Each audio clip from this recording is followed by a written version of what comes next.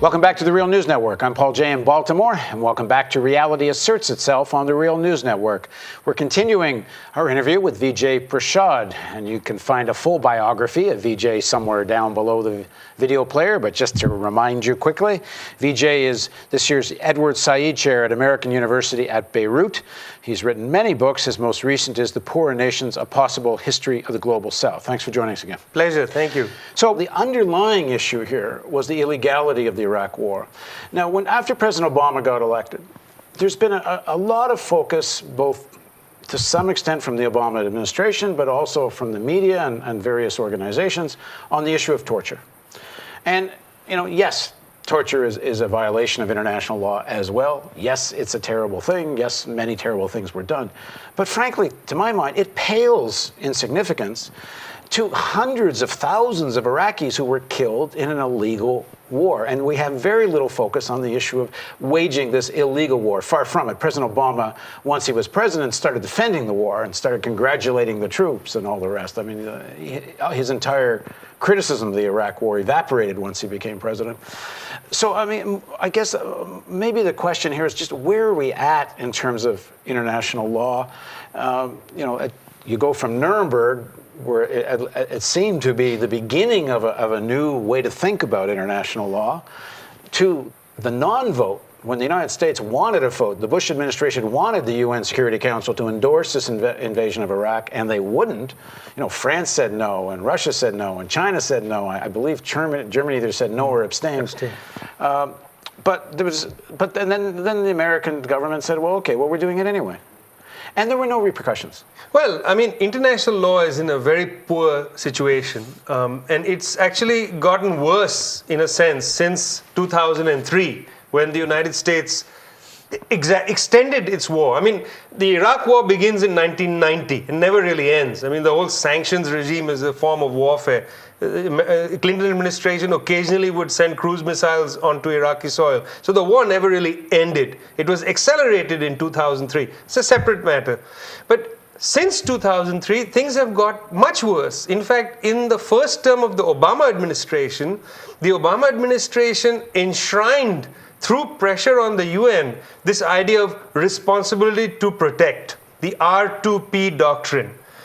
Which means that if a sovereign state, or if the United Nations sees a country somehow, persecuting a minority, then the idea of that state having sovereignty over its territory is invalid.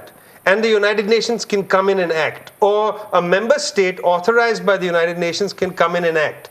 So if in Libya, the United Nations decides there is a situation where minorities being, acted upon in a bad way, either being killed or being persecuted in some way, the UN can come in and act. Now, on the surface, in terms of common sense, this sounds like a good idea. That, why should a state have the right to oppress its people? Let's say Germany didn't invade Austria, didn't invade Czechoslovakia. It just oppressed Jews inside Germany. Why should Germany have the right to do that? It's a perfectly commonsensical objection. The problem with these new international laws like R2P, responsibility to protect, etc., is not the commonsensical idea of it. It's who gets to determine which state is mistreating its population, who gets to determine which state is mistreating its population to such an extent that an invasion is necessary to overthrow the regime. And that everybody in the UN body recognizes this responsibility to protect doctrine is used extremely erratically on the surface. But actually, it's used with US or Northern Atlantic countries' interests in mind. You attack and invade in Libya because you have interests that are transparent. At the same time, President Obama will be celebrating the birthday of the president of Equatorial Guinea, who also oppresses and brutalizes his people. So you pick and choose. Now, you can't have international law where it's applied in a pick and choose mechanism. If it's law, if it's the law of nations, it has to apply universally. And in this sense, we now have laws where the adjudicator of the law is taken upon itself. In other words, the United States and its Western European allies have taken upon themselves the responsibility to become not only the legislators, but also the executive and the judiciary. There is no separation of powers. The International Criminal Court is used when it's useful. So at the start of the Libya war, the prosecutor there, Mr. Ocampo, framed warrants against Mr. Gaddafi, his son Saif al-Islam Gaddafi, against Abdullah Sensusi. The war is over. Mr. Gaddafi is dead. His son Saif al-Islam is in captivity. Mr. Abdullah Sensusi is in captivity in Libya. The ICC for 2 years has been fighting to have their warrants of arrest executed by a pro-Western government in Libya. And the NATO powers that used the ICC justification for their bombing raid is helping block bringing these people to justice in The Hague. In other words, international law is useful when it's to your advantage. When it's not to your advantage, it's jettisoned into the bin. This sets a terrible precedent for other countries, And I'm not saying that the United States should act honorably so that other countries will go by example. In many cases, other countries act much more honorably. The fact is, if the most powerful military in the world believes that its military force sets the terms of international law, why should anybody take international law seriously? This is a great disservice done to the legacy of the Nuremberg Charter.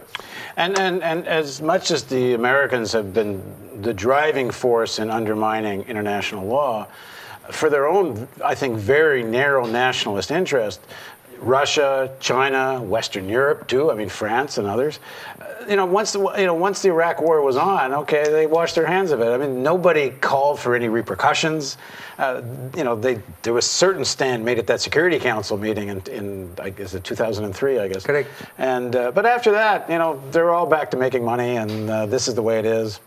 Well, it's true that on the Iraq question, there has been very little stomach for a retrospective investigation of what happened.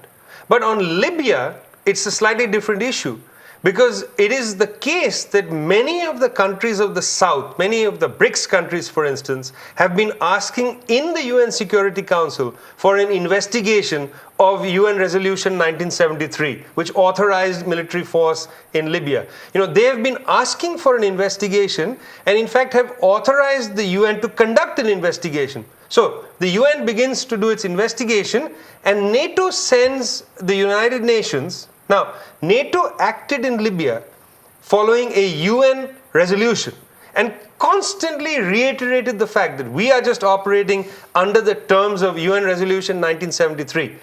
When the UN then asked for an investigation of civilian casualty deaths as a result of NATO's bombing, NATO headquarters in Brussels sent a letter to the UN saying, we have conducted our own investigation, we have not committed any war crimes or any crimes against, so we don't need to share anything with you. It's clear that they completely violated the resolution. I mean, they didn't just defend Benghazi, they started bombing on Gaddafi's head and killed many, many Libyans in the course of it.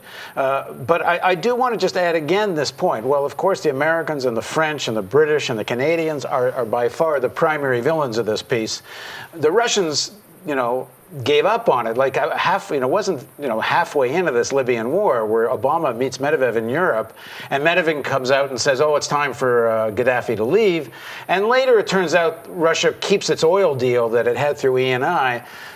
So I mean, no, Russia is not playing with a clean hand here. They're playing the same hand. Yeah, because they have their oil company, Gazprom has interests. They have a dirty hand. But also remember, the Russians have an ongoing war in Chechnya. And much of what the United States has been doing in its war on terror has retroactively justified Russia's war in Chechnya. So, from naked self-interest, these countries have now, they're jumping up and down in glee because they can win on both sides. On the one hand, they can stand out and self-righteously criticize the United States, saying you have black sites, you have tortured, you have this, you have that. On the other hand, they can then retroactively justify their terrible war that they conducted and actually in a slow way continue to conduct in Chechnya, Dagestan, etc. So they don't have clean hands either. The issue is that these countries, none of them have a high moral ground. It begs the question of why then should the UN Security Council, if none of these permanent members have clean hands, have a high moral ground, why should these countries in the UN Security Council have the white carded veto? Okay, so let me give the counter argument. What do you do in a situation where, say, it's like a Mobutu or somebody in the Congo? What do you do when you have a situation where a regime, and more than likely a regime put in power in the first place through U.S. policy, because they put so many crazy people in power, particularly in Africa, but not only. But the legacy of the Cold War was horrible situations in certain countries. What do you do when a regime is in fact conducting genocide within its own borders? Is there a point? Absolutely. I mean, there is no question that you stand back at the border and watch a regime kill its people. No question. You have to act. In the same way as international law enjoins people, if they see their government doing something, that is illegal, a war crime, they must speak out. In the same way, there is an obligation on the international community to act. The question is, what is the international community? As it stands now, when the UN says all member states must act to prevent a genocide in Benghazi, what they should actually have written in their resolution is NATO should act. I mean, what we need to do now is to strengthen regional institutions. The African Union has been deliberately starved and sidelined. But just in case people mistake what you're saying it shouldn't have been NATO. If there is going to be any intervention, it should be by regional forces. Absolutely, because people have to live side by side. NATO. But in the Libyan situation, Qatar, if they could, would might have been more than happy to do that. Hire a Pakistani army and invade Libya. Well, but Qatar doesn't have to live directly with the catastrophe that comes right after the regime falls. I mean, Libya is in catastrophe. So by Libya, we needed the African Algerians, Union. we needed the Tunisians, we needed the Egyptians. The actual regional partners that have to live through the consequences of their intervention, and therefore have to strengthen the will. I'll give you another example. In the 1990s, there was a group formed in Central Asia called the Shanghai Cooperative Organization. The principal reason why the Central Asian countries, Russia, China, later India joins as a member state, joined this organization, is they all had a common interest in dealing with the Taliban. They wanted to get rid of the Taliban. But if they had acted rather than a US occupation, they would have all, as regional, as neighboring partners, had a stake in the future of Afghanistan. The United States doesn't have a stake in the future of Afghanistan. You can pull troops out in 2014 and you go back home. Next, there's a convulsion in Afghanistan. It affects Central Asia, those, Kazakhstan, Tajikistan. It affects Pakistan. It affects Iran. It affects India. Regional countries need to involve themselves. That is why we are at the point now where the United States' self-anointed role as the global policeman, using NATO essentially as the force, that needs to go. We need to build up robust regional organizations, which adhere to international law and operate at a minimum standard, not to come in and occupy places, but to come in to act against atrocities and create a political space for a negotiation. In Syria, for instance, an amazing thing occurred a year ago in the Syrian conflict when 4 countries that would never sit together, never come into the room together, Turkey, Saudi Arabia, Iran, and Egypt, formed the Syria Contact Group. It was a small opening.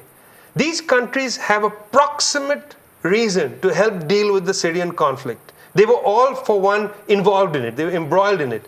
If they were allowed to be the central focus to help open political space in Syria, it would have been more effective. Meanwhile, what the Russians and Americans did was they said, look, this Syrian Contact Group, it's just utopian. It's baloney. It's not going to happen. You're never going to meet. And they said, we're going to meet in Madrid, and that's going to be the focus. All eyes should focus on the American-Russian meeting in Madrid. It's not about the regional partners. That has to end. We have to build, robust regional organizations. Which partly means Americans need to tell their government to stay the hell out of these things. Exactly. And these regional organizations have to learn to operate under the strict scrutiny of international law, which has to be the basis of regional intervention, not whimsy, not we don't like this person, etc. It has to be strictly on the principles of international law. Okay, that will be a challenge too, but at least if it's regional, as you say, they have to suffer more of the consequences of their decisions, because we don't want to create some kind of illusion about who these regional governments are. Not at all. They don't have, I mean, if they could be the big superpower and kick everybody's ass, they would. Absolutely. I mean, if you just take the Syrian conflict again, 1 in 6 people who live in Lebanon is a Syrian refugee. It may be 1 in 4 in Jordan. You know, these countries suffer the consequences of cataclysm in their neighborhood. They need to have a direct involvement in the discussion. It cannot be the Americans and the Russians adjudicating something that's happening on the ground. You need the Saudis at the table. You need the Iranians at the table. If they're not there, nothing is going to happen. For Afghanistan, it's not about the Americans meeting the Taliban in Doha with the Karzai government. You need the Indians there. You need the Pakistanis there. You need the Iranians there. You know, these are the major stakeholders. These are people who have contradictory interests in Afghanistan. They need to create not agreement, but a modus vivendi. You know, the Indians and Pakistanis have to agree not to use Afghanistan as a space for their conflict. And the only way this happens is if the Americans are willing to let go of some of their global power. Absolutely. Okay. Thanks very much for joining us. We're going to continue a series of interviews with Vijay on The Real News. He's going back to Beirut soon. He's going to be talking to us about the Middle East, and we're going to talk more big picture stuff. But for now, that concludes this series of interviews with Vijay on Reality Asserts Itself on The Real News Network. Thanks very much, Vijay. Pleasure. And thank you for joining us.